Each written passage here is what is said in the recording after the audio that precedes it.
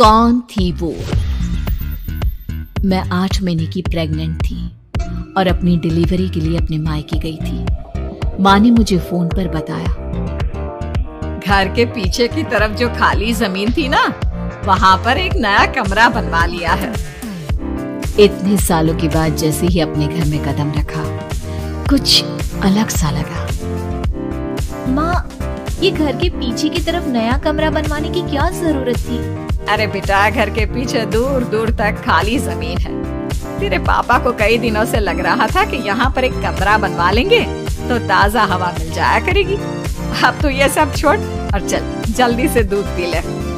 माँ, मैं थोड़ी देर में पी लूंगी, आप सो जाओ। मैंने दूध का गिलास उठाकर उस खिड़की में रख दिया। पता नहीं कब आंख लगी, अचानक से खिड़की के पल्लों के खड़कने की तेज आवाज आई। दूध का गिलास धड़ाम से जमीन पर आ गिरा। जमीन पर गिरते ही दूध का रंग लाल हो चुका था।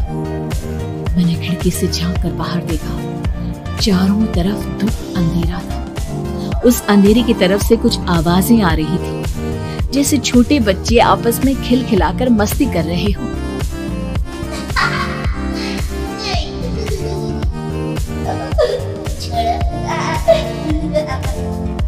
इतनी रात को इतने घनघोर अंधेरे में बच्चों की आवाज कैसे आ रही है? घड़ी में वक्त देखा तो ठीक 12 बजे थे। देखकर मैं सन्न रह गई। बुरी आत्माओं और भूतों की कई कहानियां मैं सुन चुकी थी। वक्त भी कुछ ऐसा ही था। ऊपर से मैं प्रेग्नेंट। सुना था कि ऐसे वक्त में अक्सर बुरी आत्माएं औरतों का पीछा करती है, तो क्या मेरे पीछे भी?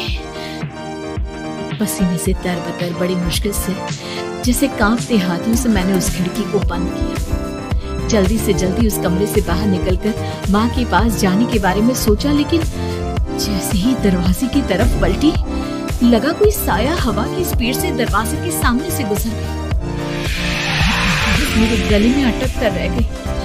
मैं जोर से चीख कर माँ को बुलाना चाहती थी, लेकिन वो आवाज खुद मेरे कानों तक नहीं पहुंच पा रही थी। तो माँ तक कैसे पहुंचती?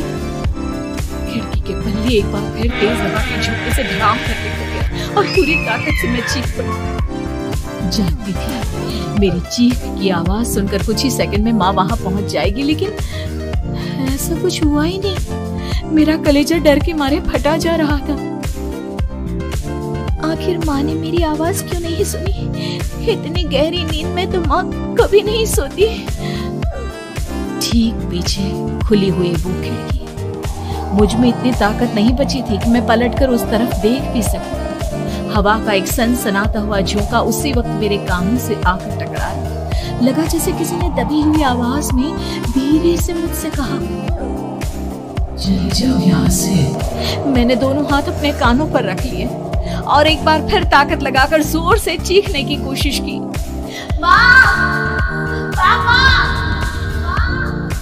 मेरी आवाज उस कमरे की दीवारों से टकराकर वापस मुझे ही सुनाई दे रही थी।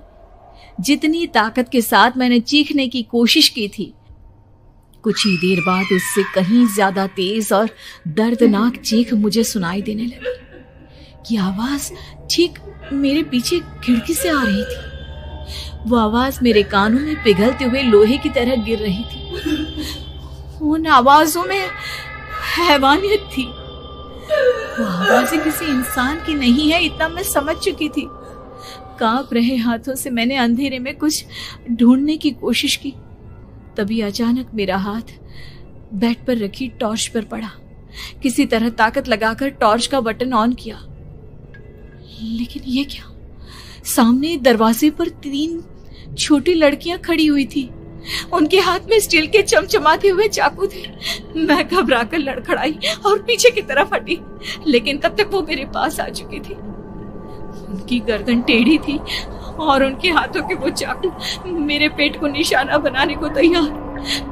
मैं जोर से चीखी, नहीं, छोड़ दो मेरे बच्चे को, मत मारो, मत मारो, छोड़ दो मेरे बच्चे को। सोनाली, क्या हुआ बेटा?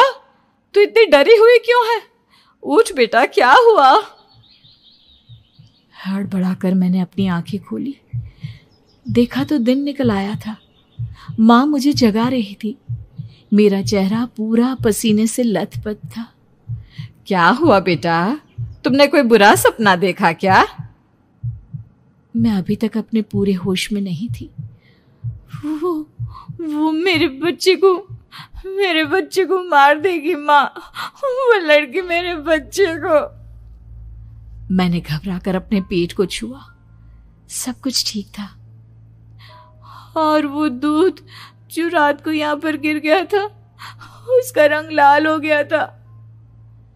माँ ने हंसते हुए दूध का गिलास मुझे दिखाया। तुमने दूध पिया ही नहीं, पूरा का पूरा ऐसे ही रखा हुआ है। तुमसे कहा था ना सोनाली, सेहत के लिए लापरवाही ठीक नहीं बेटा।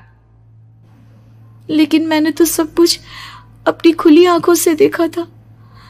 ये सपना कैसे हो सकता है?